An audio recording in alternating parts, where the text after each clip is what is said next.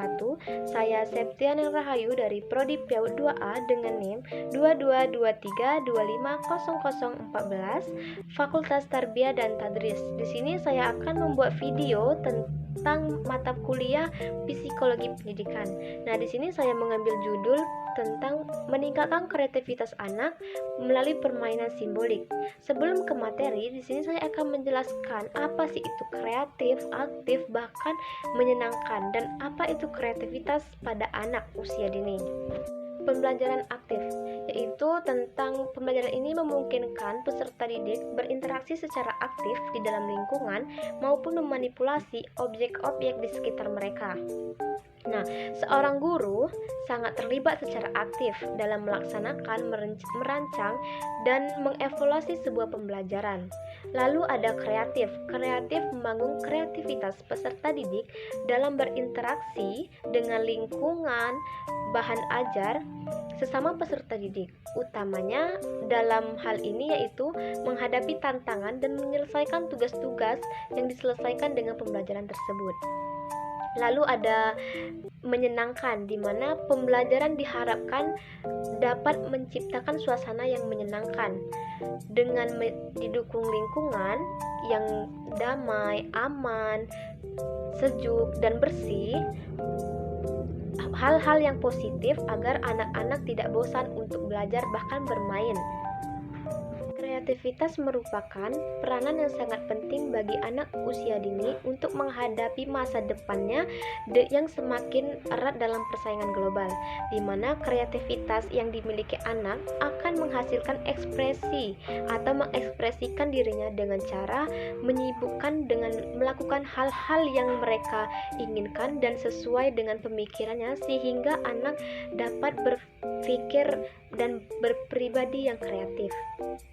Melalui permainan simbolik ini, anak dapat merangsang kreativitasnya serta imajinasinya. Bahkan permainan yang menggunakan bahan atau objek tertentu ini untuk menyimbolkan menjadi apa yang digunakan dan berfungsi dan kegunaannya itu seperti apa, sehingga anak bisa membayangkan peran yang dimainkan berdasarkan apa yang pernah dilihatnya dan apa yang pernah dilakukannya, sehingga idenya sendiri tentang tokoh yang ditemukan itu akan menjadi sebuah permainan simbolik, atau permainan simbolik ini bisa kita katakan itu permainan berpura-pura. Permainan simbolik merupakan permainan salah satu yang dimainkan oleh anak usia dini mulai dari usia 2-7 tahun, ditandai dengan bermain menggunakan benda atau sebagai fungsi lain memanipulasi benda dan bermain pura-pura. Menurut Jean Piaget, salah satu tahapan bermain yaitu permainan simbolik, di mana permainan simbolik ini sangat memberikan pengaruh terhadap anak usia dini dan mendukung kemampuan kognitif anak, sehingga selama bermain simbolik anak mengembangkan keterampilan yang akan diperlakukan di masa depan baik secara akademik maupun sosial. Di sini ada tujuan permainan simbolik. Yang pertama itu pengembangan imajinasi dan kreativitas. Dalam permainan ini dapat merangsang imajinasi seorang anak dan mendorong mereka untuk berpikir secara kreatif, di mana dalam permainan ini anak-anak dapat menciptakan peran, situasi, dan cerita yang berbeda-beda, mengembangkan dari imajinasi mereka sendiri yang telah mereka amati dan lihat di lingkungan sekitarnya. Lalu yang kedua itu pengembangan keterampilan sosial, di mana permainan ini juga melibatkan interaksi dengan teman sebaya, dan melalui permainan ini anak-anak belajar bekerja sama, berbagi, bahkan memimpin dan menghormati sesama teman dan pendapat sesama temannya. Mereka juga mempraktikkan keterampilan komunikasi verbal dan nonverbalnya. Lalu yang ketiga, pemahaman peran dan empati, di mana dalam permainan ini anak-anak berperan sebagai karakter yang berbeda, termasuk karakter dari berbagai latar belakang atau profesi mereka. Ini membantu mereka memahami peran dan masyarakat dan mengembangkan empati terhadap orang lain. Lalu Lalu yang keempat, peningkatan bahasa dan komunikasi. Permainan ini dapat mendorong anak-anak untuk menggunakan bahasa yang lebih baik lagi. Mereka berlatih mengungkapkan pikiran dan kosakata, bahkan menyusun dialog dan menggunakan kosakata yang tepat untuk menggambarkan peran atau situasi yang tertentu. Lalu yang kelima, pengembangan keterampilan kognitif. Nah, di mana pengembangan keterampilan kognitif ini, pemain ini juga melibatkan keterampilan kognitif seperti memecahkan suatu masalah, lalu berpikir abstrak dan merencanakan. Anak-anak harus memikirkan skenarionya seperti apa, membuat keputusan, bahkan mengatur urutan peristiwa dalam permainan mereka sendiri. Lalu yang terakhir, peningkatan keterampilan motorik dan sensorik, di mana beberapa permainan simbolik melibatkan penggunaan tubuh dan gerakan fisik. Ini membantu meningkatkan keterampilan motorik kasar dan halus mereka pada anak-anak ya, serta membantu mereka mengenali dan merespons stimulasi sensoriknya. Adapun manfaat permainan simbolik ini yaitu yang pertama kemampuan sosial emosional, yang kedua kemampuan bahasa dan matematika, dan yang ketiga kemampuan kognitif anak, dan yang keempat kreativitas dan imajinasi pada anak. Di sini ada perkembangan sosial emosional, yaitu merupakan proses belajar anak dalam menyesuaikan diri untuk memahami keadaan serta perasaan ketika berinteraksi dengan orang-orang di sekitar dan lingkungannya, diperoleh dengan cara mendengar, mengamati, dan meniru hal-hal yang dilihatnya oleh anak. Perkembangan kognitif ini anak mengacu pada proses mengingat atau pengambilan keputusan dan pemecahan suatu masalah.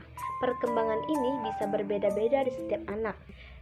Menurut psikolog Jeff Piaget, membagi perkembangan kognitif anak ada 4 tahap berdasarkan usia anak. Di sini ada perkembangan bahasa untuk anak usia dini, di mana anak usia dini meliputi 4 pengembangan, yaitu menyimak, berbicara, membaca, dan menulis.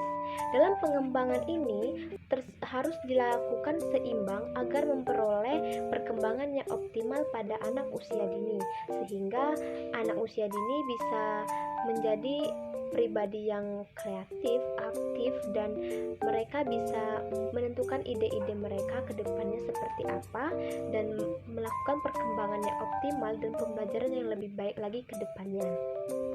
Permainan simbolik contohnya ini yaitu seorang anak berpura-pura menjadi peran ibu dari boneka. Ia akan berperan seperti orang tua dan mengambil boneka itu seperti anaknya, yang mereka sisiri rambutnya, mengikat rambutnya, memasakkan baju, memandikannya. Nah, mereka beberapa anak ini memungkinkan juga remote TV itu berbicara sendiri atau menelpon, seperti menelpon temannya atau rekannya, bahkan orang tuanya. Remote TV digunakan seperti telepon, bisa juga.